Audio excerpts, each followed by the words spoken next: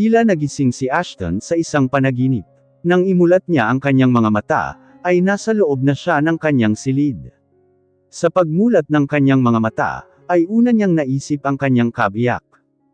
Emmy, pagtawag niya sa kanyang misis, kasabay ng kanyang pagbangon at paggala ng tingin sa paligid. Nang mapunta ang tingin niya sa kanyang kamay, ay bumungad sa kanya ang IV fluid na nakakabit roon, noon na niya naalala ang pagkawala ng kanyang malay. Iho, I'm glad you're awake now. Automatiko siyang napatingin sa pinagmulan ng pamilyar na tinig. Nasaksihan niya ang paglapit sa kanya ang nag-aalalang si Don Flaquido. Papa, asal niya. Sobra mo akong pinag-alala iho. Kitang-kita ang sinseridad sa mga mata nito. How are you feeling Ashton? Asisa naman ang kanyang kuya Florence, na agad ring lumapit sa kanya. Sumunod rin sa paglapit sa kanyang kama ang isa pa nilang kapatid na si Gabriel. Ngunit sa halip na sagutin niya ang tanong na iyon, ay muli niyang iginala ang paningin, ngunit tanging ang tatlo lamang ang nasa loob. Where's my wife? Wala sa kanila ang sumagot, sa halip ay nagpalitan lamang ng makahulugang tingin ang tatlo. Hindi niya tuloy na iwasan ang pagkabog ng kanyang dibdib.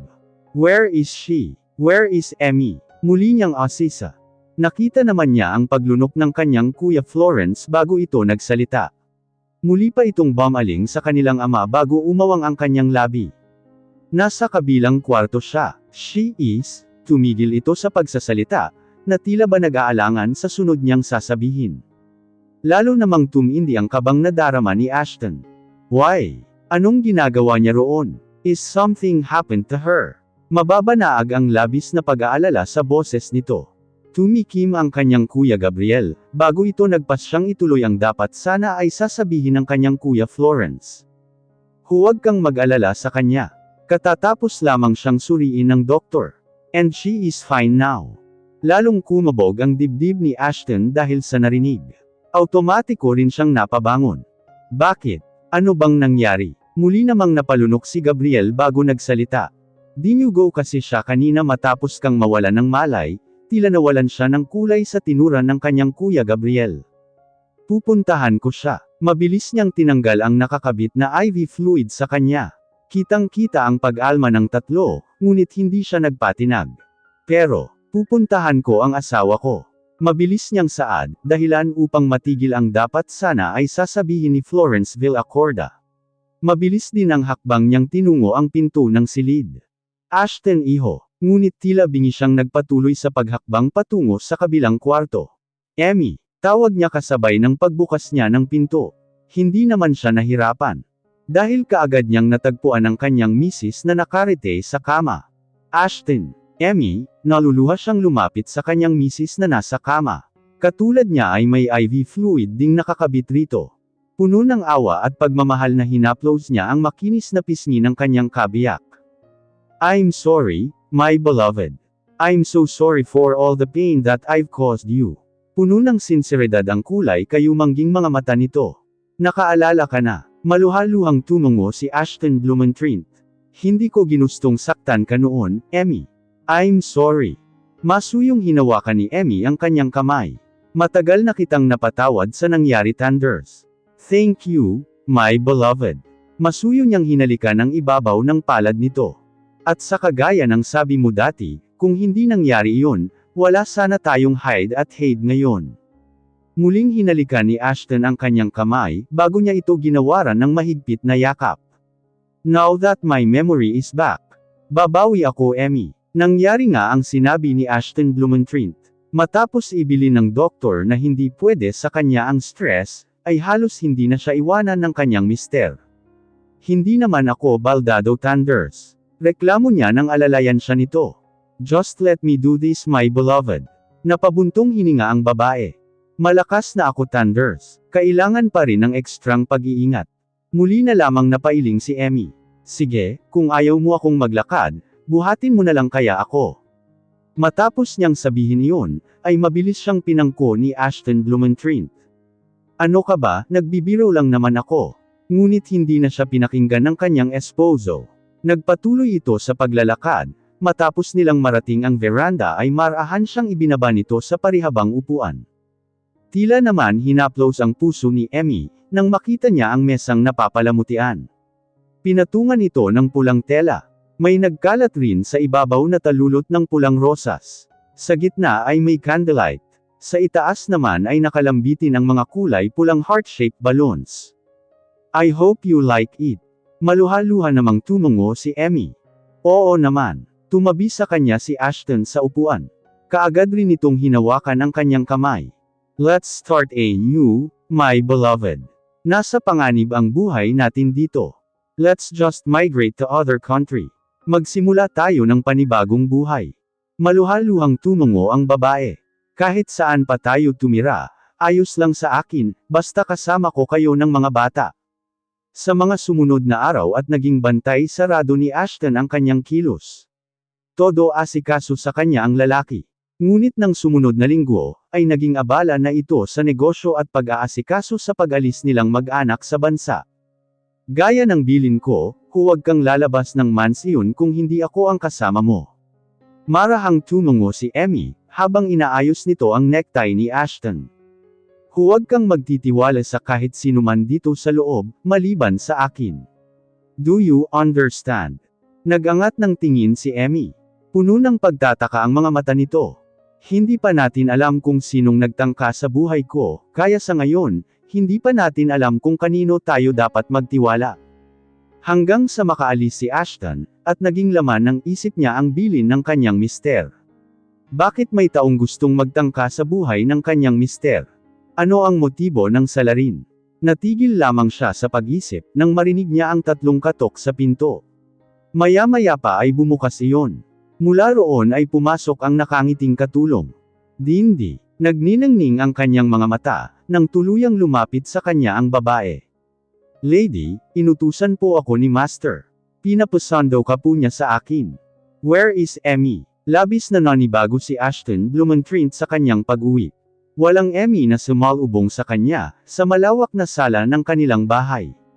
Bagamat nagtataka ay kinalma pa rin niya ang sarili. Aniya, baka nasa kwarto lamang nila ang kanyang misis at nagpapahinga. I'm home. Deklara niya nang makapasok siya sa loob ng kanilang silid, ngunit katahimikan ang sumalubong sa kanya. Kumabog ang kanyang dibdib, kasabay ng kanyang paghakbang papasok.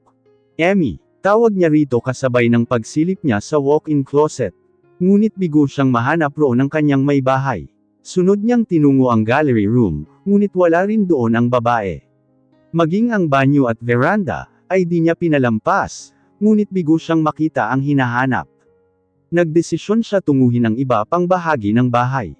Pinuntahan niya sa kanilang silid ang kambal, ngunit mahimbing naman ang tulog ng mga ito. Wala ring bakas na naroon ang kanyang misis. Matapos niyang tingnan ang iba pang silid, ay nagdesisyon siyang magtungo sa kusina. Nadatnan niya roon ang tatlong katulong na naghahanda ng hapunan. Where is my wife, Aya? Tanong niya sa pinakamatanda sa kanila. Gumuhit naman ang pagtataka sa mukha ng katulong. Master, hindi nito na itago ang kanyang pagkauto. Answer me, where is Emmy? Lumunok ito bago magsalita. Sinundo po siya ng isa sa katulong ni Young Master Indigo. Ang sabi po niya, pinapasando niyo raw po si Lady Emmy.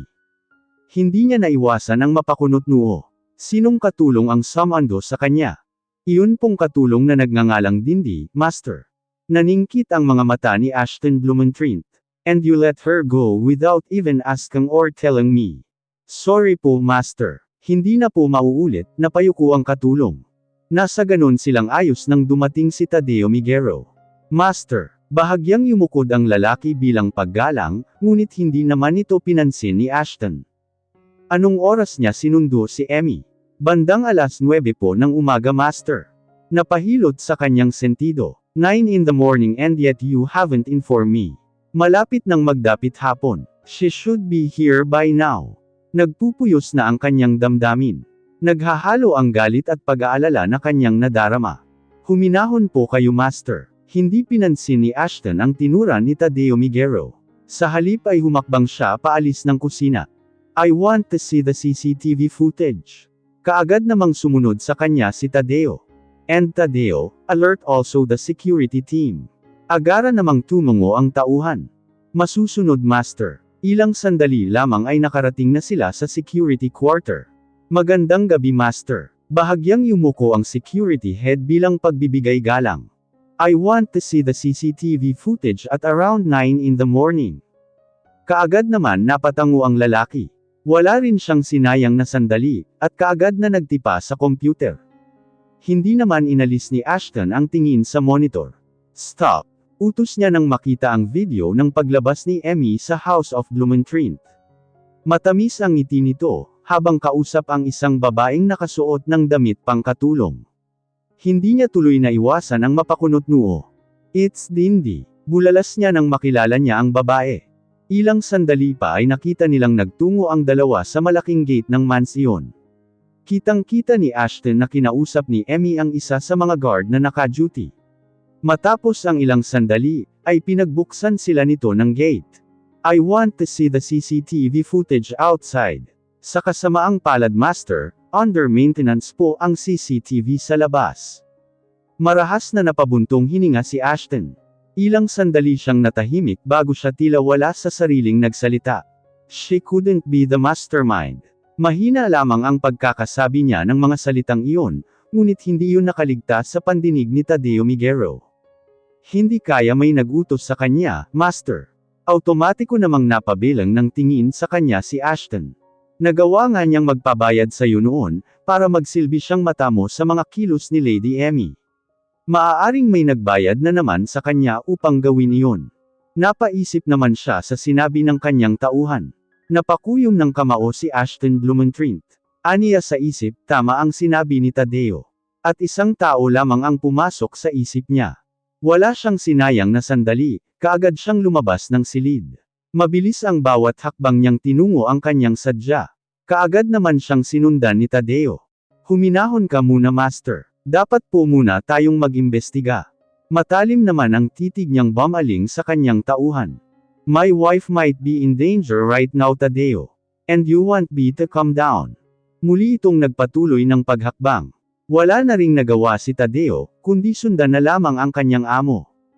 Indigo. Malakas niyang sigaw pagkapasok niya sa House of Gabriel. Huminahon po muna kayo. Kung siyang Master Indigo po ang nagpakuha sa kanya, wala po kayong dapat ipag-alala. Hindi po niya sasaktan si Lady Emmy. Muli niyang nilingan ang lalaki. Binigyan niya ito ng matalim na titig. Shut up, Tadeo. Napakamot na lamang ng ulo si Tadeo na sumunod sa kanya. Indigo. Umalangaw-ngaw ang galit na tinig ni Ashton sa loob. Ilang sandali lamang ay bumukas ang pinto ng isang silid. Uncle. Puno ng pagtataka ang mukha ng binata. Mabilis naman ang hakbang ni Austin na tinawid ang kanilang distansya. Bago pa makahuma ang kanyang pamangkin, ay mabilis na damapo ang kanyang kamao sa mukha nito. What the? Automatiko niyang nahawakan ang kanyang bibig. Bago pa siya muling makakilos, ay kaagad ring hinablot ni Ashton ang kanyang kwelyuhan. Mariing itong tumitig sa kanyang pamangkin. Ilabas mo ang asawa ko, Indigo.